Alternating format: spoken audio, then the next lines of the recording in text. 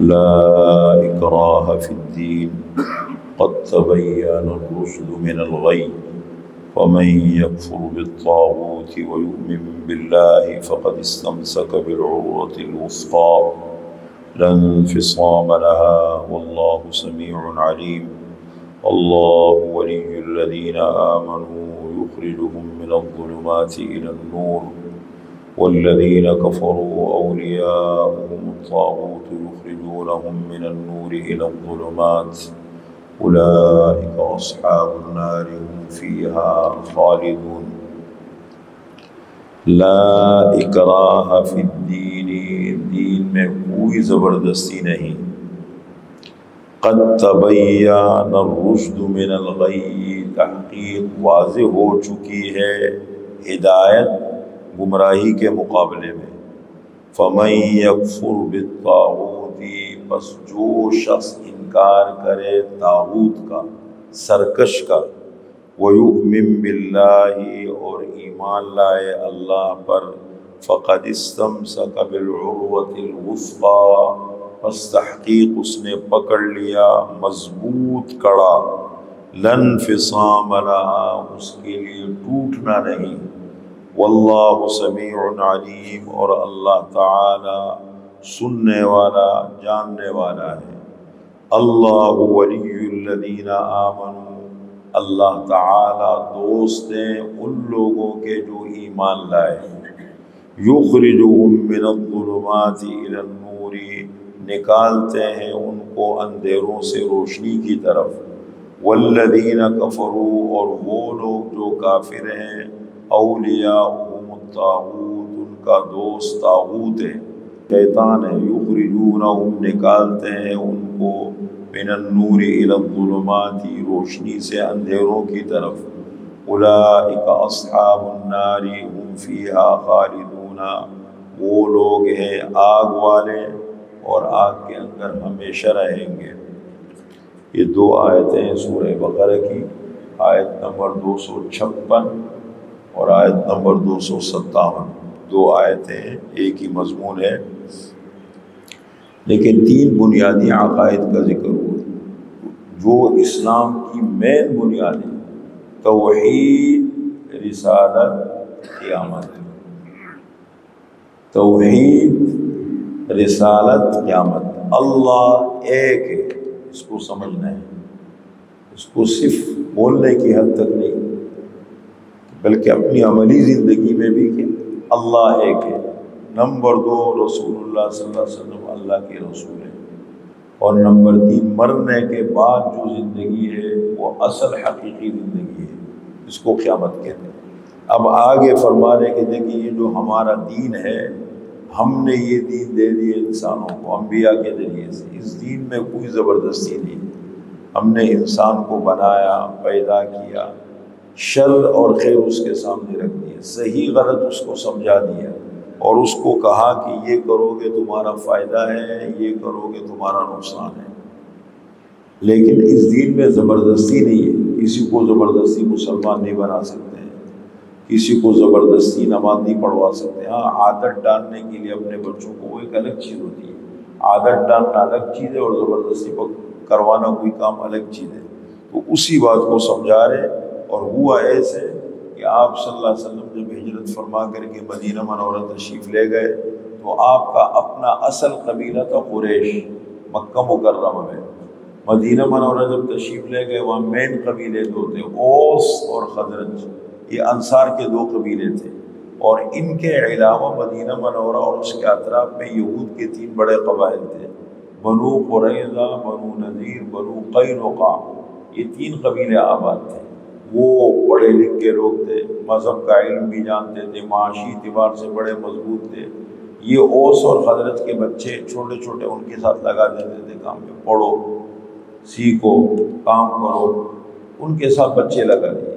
اب وہ چھوٹے بچے تھے، جب ان کے ساتھ لگائے ان کا ذہن وہی بن گیا، انہوں نے ذہن بنا دیا، اسی ماحول میں رہے اور بڑے ہو گئے. اب جب ان کو نکالا گیا، یہ یہود کے قبائل کو یا کے بعد دیگرے نکالا گیا، انہوں نے معاہدے توڑے، تو یہ جو مسلمانوں کے بچے بڑے ہو گئے تھے ان کے ساتھ جانے لگے. تو مسلمانوں نے ان کو روکنے کی کوشش کی، ان قبائل نے کہ بھئی تو ہمارے لوگ ہیں، آپ ان کو کیسے زبردستی کیسے لے کے جاتے ہو؟ تو انہوں نے کہا نہیں، ہم تو ان کے ساتھ جائیں گے۔ تو اس موقع پر قرآن کریم کی یہ آیت نازل ہوئی کہ اب زبردستی نہیں ہے، جو تم نے اپنے بچوں کو ماحول دیا اب ان کو کرنے دو، عاقل بالغ ہونے کے بعد وہ اپنے مالک خود ہے۔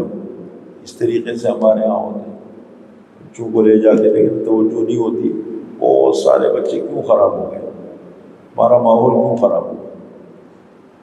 تو یہ اسی بنیاد سے جب تک اپنے بچوں پہ خود نظر نہ رکھے تو یہ انجام نکلتا ہے۔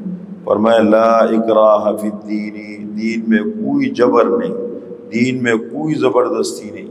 قد تبین الرشد من الغی، تحقیق واضح ہو چکی ہے ہدایت گمراہی سے۔ یہ ہدایت ہے، یہ گمراہی ہے۔ آپ نماز پڑھنے آ رہے، سیدھی سیدھی بات ہے، یہ ہدایت ہے۔ آپ بار روڈ پہ بیٹھے ہوئے نماز کا ٹائم ہے، یہ گمراہی ہے۔ آپ مارکیٹ میں بیٹھے ہوئے صاف ستھرے معاملات کر رہے، یہ ہدایت ہے۔ آپ مارکیٹ میں بیٹھ کے جھوٹ بول رہے، دھوکے دے رہے۔ آپ سیاست میں بیٹھے ہوئے قوم کی خدمت کر رہے، ملک کی ترقی کے لیے سوچ رہے، یہ ہدایت ہے۔ اور اگر بیٹھ کے سیٹوں کے اوپر اور غلط طریقوں سے کام کر رہے، یہ گمراہی ہے۔ یہ تو نہیں ہے کہ بس میں مسلمان کا لیبل لگا لیا اپنے اوپر، جو دل چاہے کرتے رہو۔ یہ غلط ہے، مسلمان کرے غیر وہ صحیح سے، البتہ عمل کی قبولیت کے لیے ایمان شرط ہے، لیکن جو صحیح ہے وہ صحیح ہے، وہ غلط ہے وہ غلط ہے۔ فرمایا فَمَن يَكْفُرُ بِالطَّاغُوتِ، بس جو شخص انکار کرے طاغوت کا، طاغوت کا انکار کرے۔ طاغوت کس کو بولتے ہیں؟ طاغوت کے معنی سرکش، حد سے نکلنے والا۔